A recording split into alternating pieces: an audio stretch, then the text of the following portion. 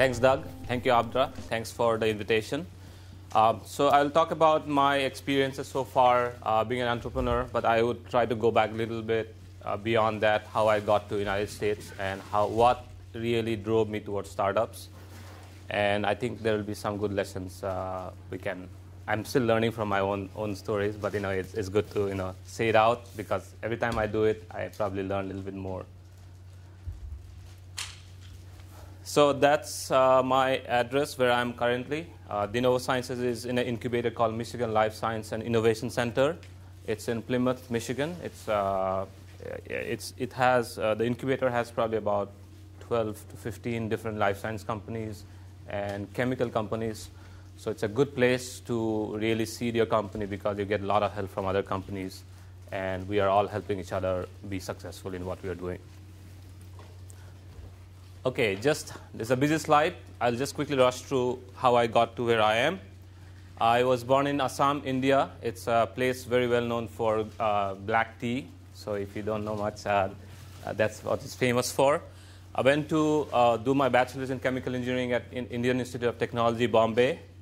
And most of the students after undergraduate usually go work for a company or apply for a master's PhD. And I followed the herd. I came to the United States because I had a fellowship from University of Michigan to do my graduate work. I was not sure I would do a PhD. I was sure I would not be a professor, and I knew I would go to the industry. So at one point in my first semester, I was talking to different people. Should I go quit after my master's, or should I do a PhD? So I was more and more pretty sure I was going to quit. The department would have been very unhappy, because they gave me a fellowship in the hope that I will do a PhD. During that process, I got exposed to, for the first semester, I got exposed to a variety of the things happening in the department. And I saw a project being offered in microtechnology, MEMS, microfluidics, whatever. There was a project being done to do DNA sequencing on a chip. I fell in love. I said, I'm in for it. And I went gung-ho into it, and I really enjoyed the experience after that. So it was a highly interdisciplinary group.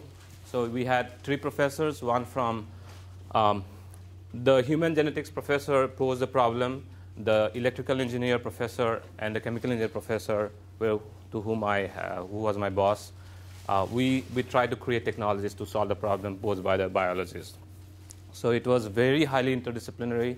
That was one of the key lessons I learned early on, is that you need to work on something that has really end goal. And I think that's where I learned a lot of things that I applied in going forward in my company. So we are trying to do DNA sequencing on a chip. I attended my first conference in '97.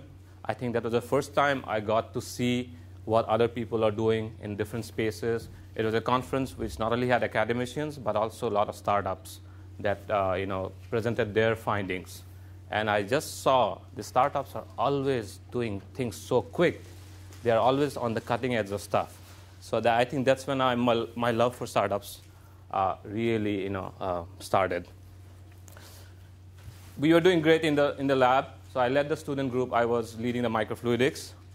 And we said we have a good team. We have all the skill sets. Let's make sure we have a good goal. So summer of '97, we actually said, we are going to go for a science publication. So that's what we did. We had a publication in Science in 1998, created the first integrated DNA analysis chip. You take DNA and you get sequencing results from the chip, all done in using microtechnology. And it was one of the breakthroughs in that year. So I knew that was done. I was busy trying to wrap up my thesis, go to the industry. My goal was to get to a startup. At some point, I would have done a startup, because I always loved startups. And then I thought I need to learn some skills. But interestingly, there was an opportunity that arose, and that gravitated to me taking the technology I created and starting Handylab. I'll tell you more in my other slides. So we formally incorporated Handylab in 2000. There was probably 6-7 months before to that. We were working behind the scenes to get it to the stage. And then 9 years later, we sold it to Becton Dickinson for $275 million. I'll be talking more about that in my next set of slides. I stayed on with Becton Dickinson, the acquirer, as VP of R&D Systems Development until July 2011. The reason for that date is I had some bonus at that point. If I stayed on, I get extra money. But during that process, I helped develop the next generation system for BD. Through Handylab, we had already the first generation in the market. So we are already working on the next generation when BD acquired us. I stayed on to complete it, and it was launched into the market. I developed an even more sophisticated system because it was funded by NIH, a $1 million grant. It's dead now. It works, but it's dead now because I left. I got bored along the way because once the work stopped, I have done it, I started seeing all the crap that happens in a big company. Me and my wife had a baby around that time, so I took 3 months off, took FMLA leave. That's the maximum I could take without pay, but still be an associate with the company. So during this process, I started looking around. I knew I was going to leave because I just love startups way too much to be in a big company. So should I be a venture capitalist? Should I be an angel investor? Should I join another startup? What should I do? It's a good time to be in because you have a lot of options, and you still don't know what exactly you'll do. And a lot of people are courting you at the time. I had offers to be a VC partner. I had offers to join startups. So what I did was I started interacting with many different aspects in the community. And it's a good time. I got a chance to lift my head up from what I was doing for 9 years and see what else is happening. So it was a good experience getting to know what other startups are in town, who's doing what. I always like interacting with students because I think young minds are the ones that can create the next big thing. And as you get older, you become risk averse, and that's something I fight every day. Make sure I'm not stereotyping everything.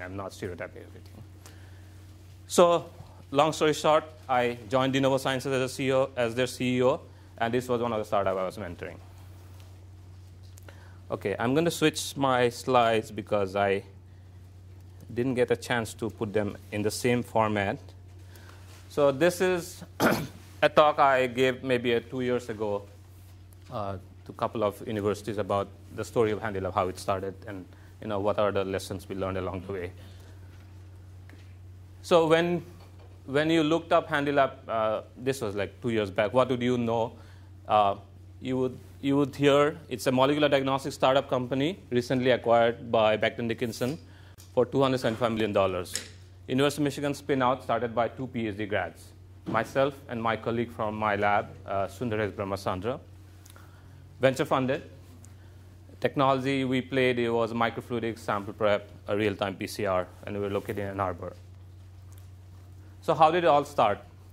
As I mentioned, we had a breakthrough publication in 1998. I was pretty sure I was going to join a startup. I also had offers from big companies.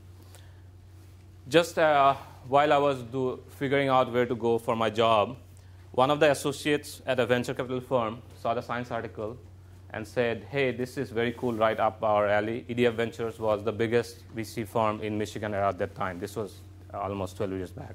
Situation has changed now. So he had a degree in biology. He tracked the tech transfer. Tech transfer hooked him up with the professor. Professor said, Handy wants to start a company at some point. Talk to him. So that's how we got connected.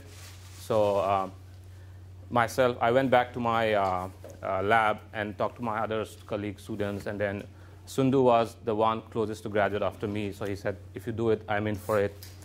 And then I had to decide whether I jump into a startup where I didn't know anything. I considered myself a lab rat before that.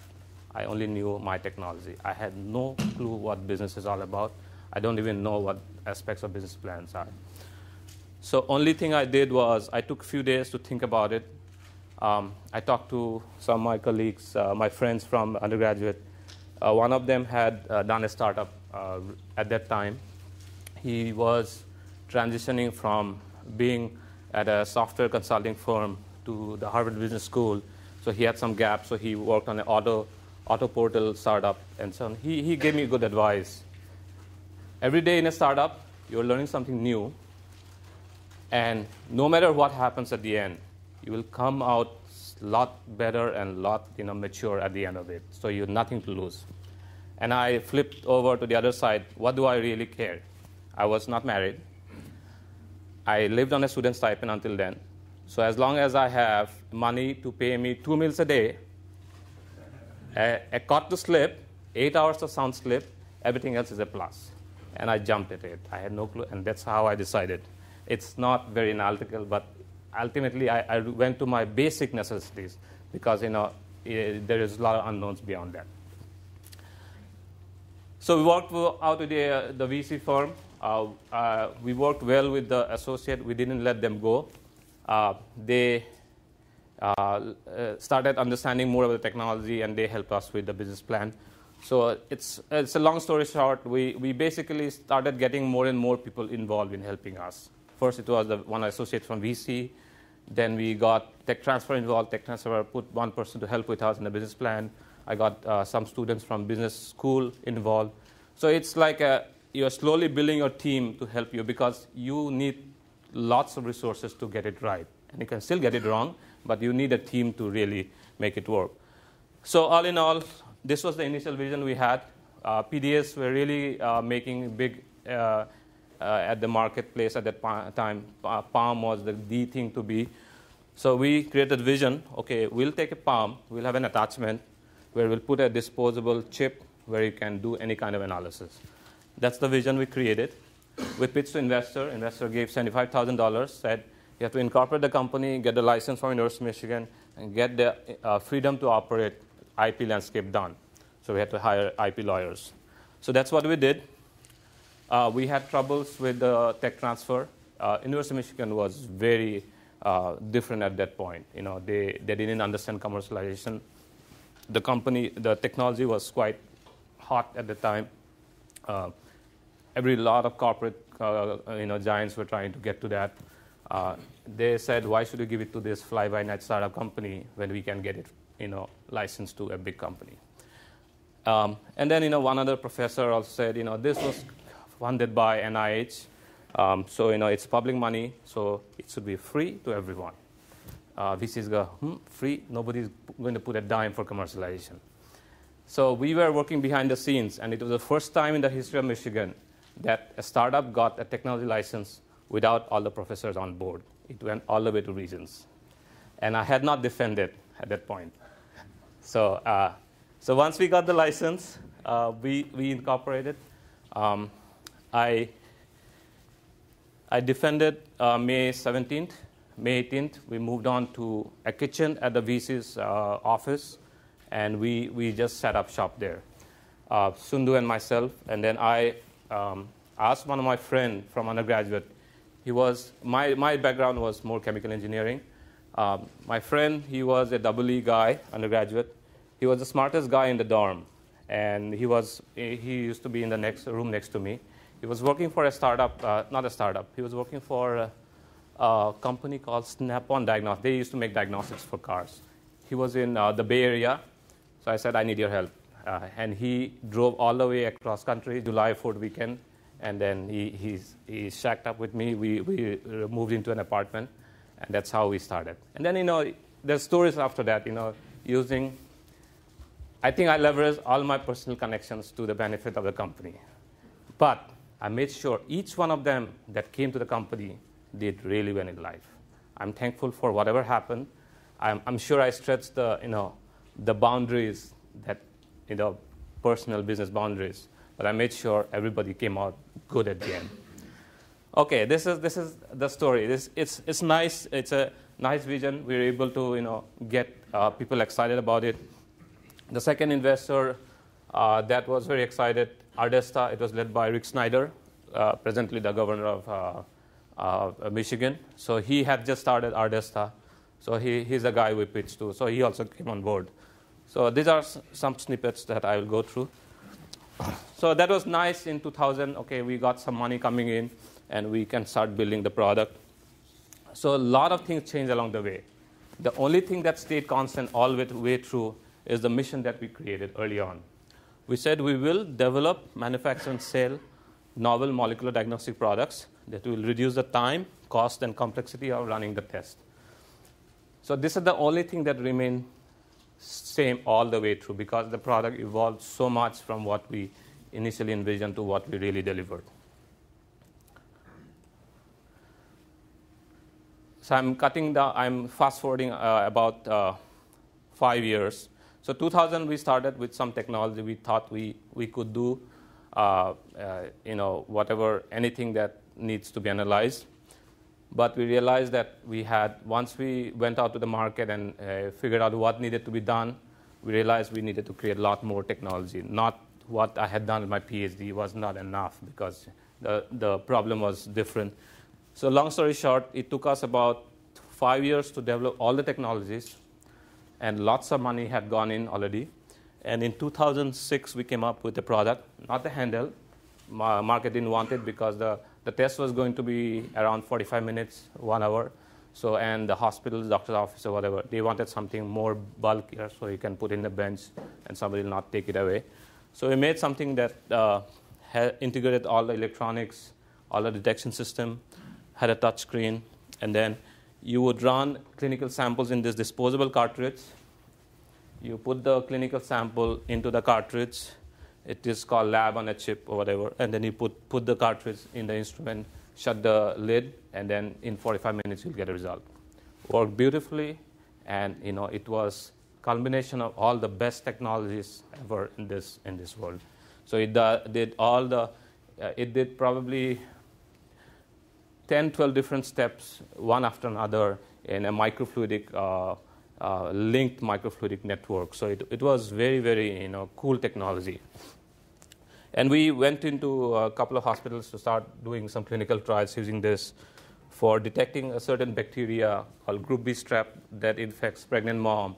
And if you do not detect it, and if it goes on to the baby, a lot of cases of death because of that.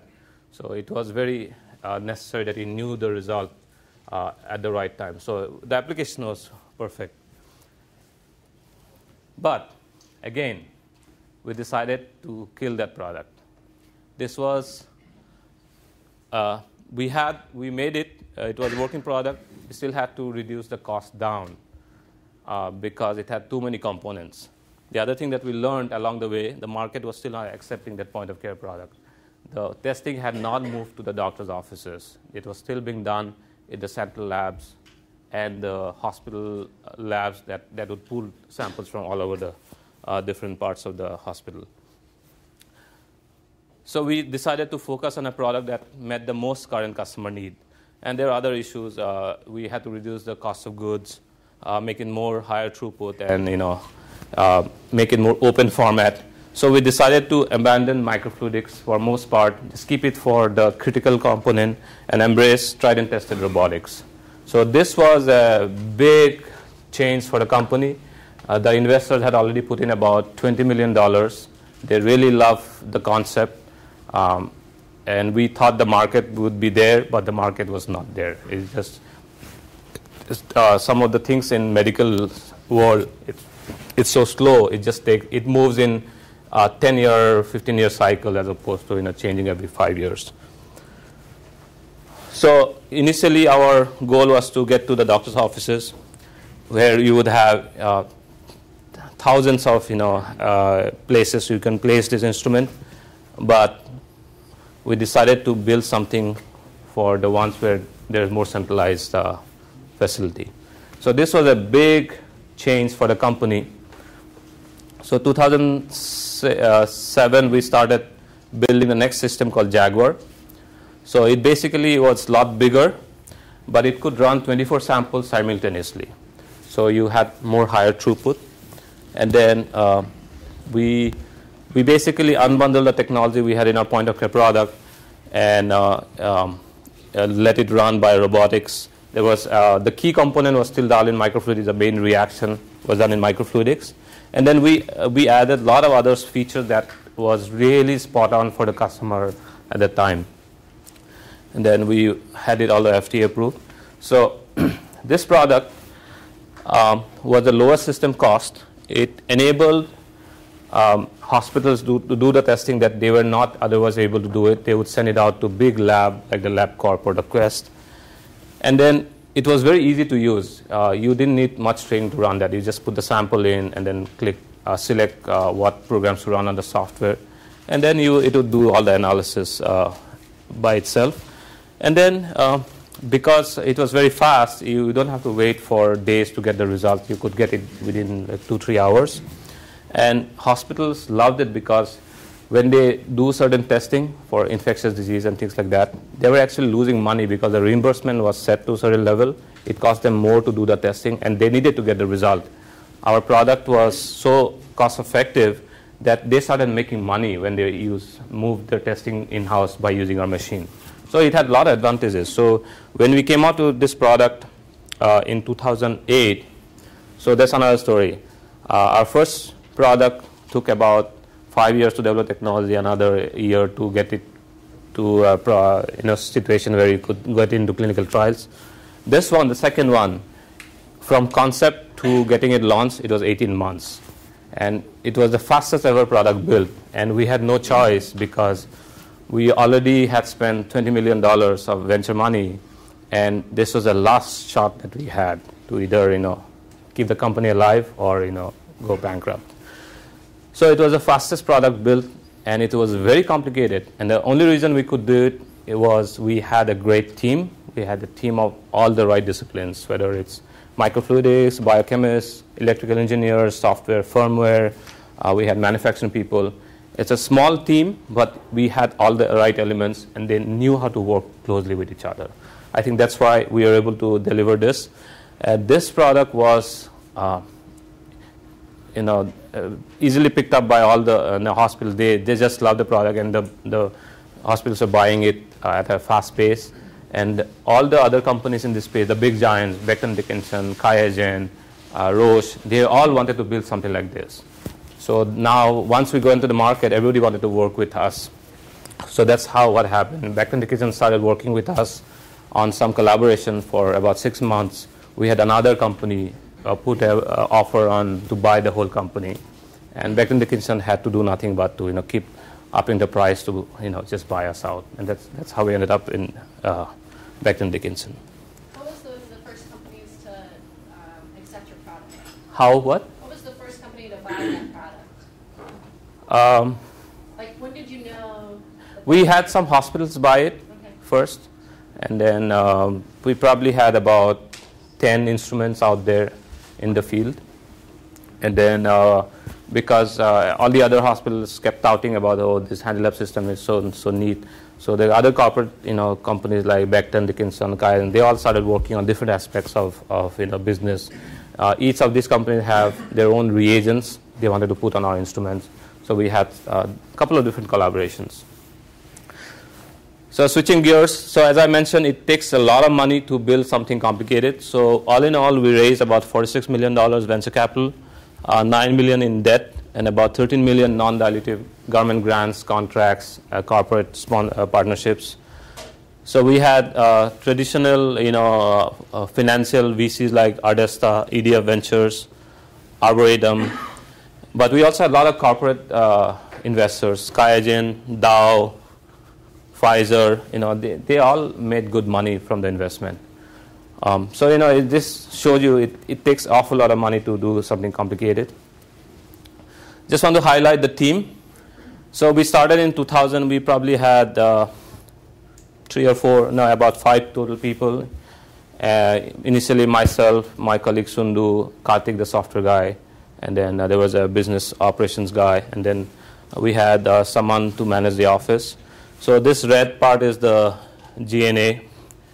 This is the R&D. So over the years, we had a good mix of hardware, which are chemi, mechanical engineers, EE, manufacturing engineers. On the software, we had firmware engineers.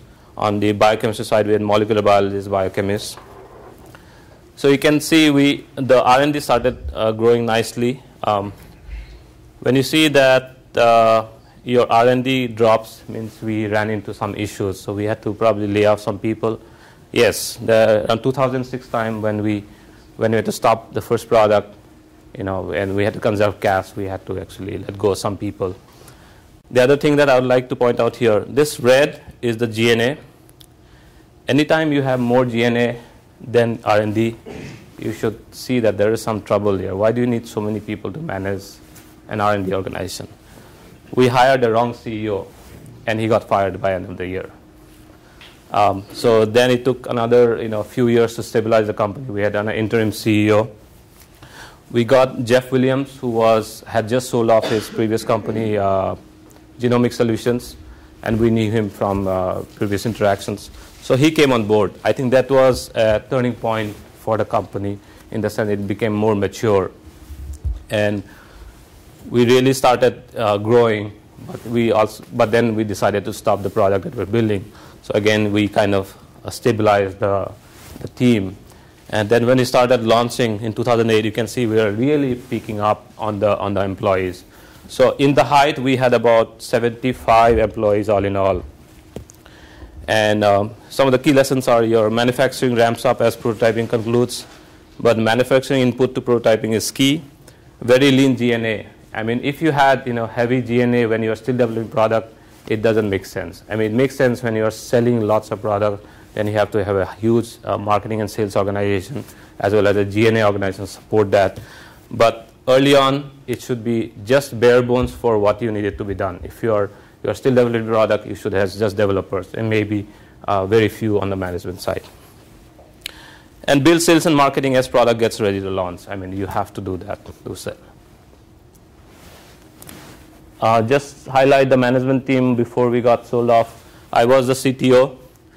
Jeff was the CEO. Sundu was my other colleague. He managed the biochemistry development. I managed all the instrumentation and the whole system. We had a very experienced VP of sales and marketing, moved from California. Steve Risfolsky was at one of the VC companies that moved on board.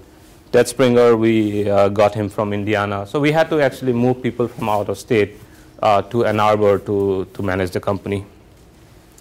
On the board, as I mentioned, Rick Snyder was the guy who really stabilized the company from once he came on board as a board member. He was an investor from 2000, but he was not involved in the board until 2004. So he did a really good job. He's really a great guy to work with. Very smart, very sharp. We had some other investors. Jen Garfinkel. She was a consultant before she started Arboretum Ventures, which is the largest VC in the state right now. So she actually did her stint at Handylab before she became big as an investor. Then we had some other people from out of state. So, management team is fine, but ultimately, the only way to succeed is to have a good culture within the organization. And I think these are the things that we look back, and these are the things that made a difference. Why were we able to stick around for so long? Why were we able to go through these ups and downs and still deliver at the end? This always win. Without this can-do attitude, you can do nothing. You will probably just be spending money and not getting out anything at the end. You have to have good milestones. One thing that I learned through Handylab and what a difference I'm seeing at Denovo is I've become a lot better in this. I was a rookie in Handylab. We had to rely on investors or advisors. I don't think we had the right set of advisors early on. So, you can say Rick Snyder is so experienced, or the guy from EDA Venture, they're so experienced, but they get it wrong. They may not have the domain expertise. So they might have financial expertise, but they may not have the market expertise. So you have to have good advisors giving you the right milestones for your stage of the company. So that's very key. You have to hard work, do lots of, put in a lot of hours, and you have to be committed. I could have said, this is not working out in 2 years and left, but that's not how it works. You have to be committed all the way through. This is very important. Be honest about your own capabilities, but ask for help when needed, because if you don't ask, you don't know who can help you. This was very important. You have to enjoy, because you have to put in so many hours, you have to enjoy what you do, otherwise it's no fun. Those are all, nice things to have. But all in all, this is what really drives a business. You have to have a good, rapid, sustainable revenue growth, high gross margins, and efficient operating cost. Okay, I'm going to switch a little bit to Denovo. Just take a few minutes. So how long do we have? 5 minutes. Okay, I'll try to be quick. So that was Denovo. So with Denovo, we are focused on cancer. It's a leading cause of deaths in the country. About 90% of the deaths are due to metastasis. And the way we are solving the problem is trapping cancer cells that are set off from primary tumor into the bloodstream. So we're using blood as opposed to surgical biopsies to detect cancer. So this is the team. These are the 3 founders, and I joined as a CEO about 8 months back. None of them have a big university degree. These 2 are from Eastern Michigan. He's from Grand Valley. The only thing different about them is they are passionate, committed.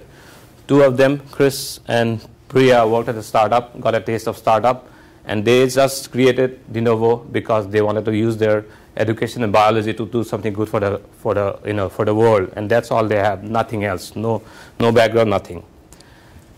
So right now, this is the advisor that we have, Roger Newton, a lot of seasoned people from across the state and outside the state. So just quickly how it happened. Denovo Sciences, the 3 of them started the company in April 2010. They initially wanted to get some focus, so they applied for a Gate Challenge grant to do some malaria on a chip. They didn't get the grant, but stayed them focused. They got some entrepreneurial education. They got ridiculed. They said, you don't have any technology, you don't have any business skills. I mean, you're not even from University of Michigan. You just go get a job. That's what they used to tell him. So they had an initial business plan. They got hooked up to MISBTC advisors who helped them, go through reviews of the business plan. So they saw that this competition, Excel Michigan 2010, was coming around. So they really wanted to see how the business plans looked like, what the pitches looked like. So they didn't have money to pay for it, so they volunteered for that event, all 3 of them. One was helping with the computers, the other was, being arrow. The third one was, holding the mic and things like that. So they realized what they had was really bad, the business plan. It wouldn't have cut it. So they really revamped. They said, we're not going to stay alive if we have our business plan. So really got good feedback and really figured out what it takes to get investors on board. And then they really figured out what to do. They figured out an unmet need in the marketplace, and they figured out this area of cancer diagnostics, where there was a lot of need required. And just by learning through what other people are doing, they figured out their right solution. They didn't have any background in cancer diagnostics. They just had their knowledge in biology, and they utilized it well. So talked to a lot of customers, Kalyans and University of Michigan professors. They talked to probably 15, 20 of them, and a lot of them wanted to work with them, even though they didn't have much experience. And I was, mentoring them. I was seeing that it's beginning to start look real for this company. So they went into GLEQ. They won the best business plan. Priya won the Boost Speech Award. It was elevator pitch. And this was the time I was going to make a jump from BD. And I think this was the switch that they really got validation. And I saw that they had got good traction in the market. Customers really wanted to see what they're doing and kind of validated that. So with the money they got from GLEQ, 5,000, they got a chance to move into an incubator. And then they got some collaborator from Kalyans. 2 of the co-founders, boss from previous company, signed on as an advisor. I joined as a CEO. First thing I did was file a patent for the technology that was created. Had some people at Lurie Nanofab facility to build a prototype. We had experts come on board. And in 2011, we won the world's largest business plan competition. A year back, the 3 of them said, the next years we're going to win that. And again, you have to set a goal, and you have to work passionately to get to that goal. And that's what happened. And I just had a story. We have to do a pitch in 5-minute pitch and a 10-minute pitch. So we got trained. I got coached by MISBTC coaches. The first time I gave the presentation, I just made the slides, and I really sucked at it. So when I went back, the three co-founders, they really grilled me. And then they made me practice almost 20, 30 times. And so when the competition came, I had no way but to win because I had the passion of the entire team sitting on my shoulders. And we knew that if we don't get this money, we'll be dead in the water, because I joined in August. I was not paying myself. I had given myself a deadline that, okay, 4 or 5 months, I'll help with this. If we don't get money in the door, we'll have to stop this. So we got $500,000. The technology validation showed, we right now have technology that we can trap cancer cells down to 5 copies from a milliliter of blood. And then I recently closed about $1.5 million in angel funding. So again, you need a team. Commitment and passion can overcome any obstacles. Milestones are critical. This is where I help Denovo by being a mentor. Because of my experience at Handylab, I know a lot better how to set milestones and asking the key difficult question early on. And then milestones should be such that either do it or you die. It shouldn't be like it's good to have. This is very important. Mentorship and nurturing of young entrepreneurs can create great unexpected results. As I said before, experienced people, more you have experience, you try to create stereotypes within your mind that this is the way it should be done, this is the way, the way it is. You forget that, fresh thinking can bring fresh ways of, doing things. So I like to be associated with young people. That's my mantra of keeping, be more risk taker. And then every team needs to figure out its own Denovo culture. You cannot replicate the same thing. I cannot create a Handylab now in Denovo. It will be a different story, and it is dependent on the makeup of the early team, and based on who they are, it will be changing. And then I think Denovo did a great job asking for help. They got help from each and every organization possible: Spark, MISBTDC, people that they knew in their old job. I was available as mentorship to a lot of companies, but they got help from whatever they could. And then they were very thankful. And I'm also thankful for my experience at Handylab. So I make sure that I'm always thanking people that came along the way, because you never know whom you will need as you do your next thing. So that's it.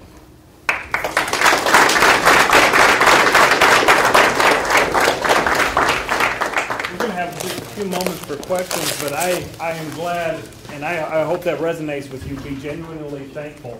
I know that Kalyans' time is in demand, serious demand. So for him to come to Kettering, and what a pleasure it was for me to take him around Kettering with Abdra and show him what Kettering is and what Kettering is about, was fantastic. And a few of the things that I noticed about his, before we have some questions, maybe this will stimulate some. When he was talking about Handylab, they were some of the first to market. They had relentless customer focus. Did you notice that the product changed? And I don't know if you have relentless customer focus in whatever your position is. I hope that you do. But one of the things, two of the things that really stood out is really a mental stamina. You think about the timeline of this, and it's one thing to stand up here and look at the retrospective and go backwards, but imagine you're at this point and you're making these difficult decisions. There's a lot of mental stamina and determination required, and a lot of this kind of stuff, like, I guess we'll do that. And making good decisions is tough. And so I have a lot of respect for the determination that he's had, and that's the only way it works. But here's the last thing. I don't know if you noticed this throughout his presentation, but there was a focus on people. There was a lot of pictures. There was a lot of names. And I think that is one of the keys that I recognized just in this presentation, that there is a tremendous focus on getting good people around you. So with that in mind, let's give him applause once again and open it up for a couple of questions. Thank you. Thank you. Any questions? Yes. You mentioned taking risks, and I noticed that you said you had a family. Are you more or less likely to take those risks now that you have a family? And if so, is your wife working? In other words, if you lose your job, so to speak, how do you, when you take those risks now that you have a kid? Yeah, for now, because I know how it works, I will take risk no matter what, because the payout is a lot greater, and I'm in a position to take risk now. In retrospect, when you are young, it's easier to take risks because you don't know all the possibilities, the bad things that could happen. So I think, having said that, Handylab did well only because we took some of the risks early on, and I think it was a great experience. So I would strongly encourage everyone to take calculated risk. You're not jumping off the cliff. When you take risk, you commit to doing something, and immediately what you'll do is how you will figure out how best to mitigate all the risks that might come up. So your approach to solving problems changes when you commit to a certain risk. Let's take one more question, then we'll dismiss for classes. Then we have classes. One more question. Anybody else? Your original machine did the test in 45 minutes. How long did it take prior to that to do the test? The machines that were available commercially took around 3 to 5 hours to do the same test. Thank you very much for coming today. I appreciate it. Let's see you at the next event. Have a great day.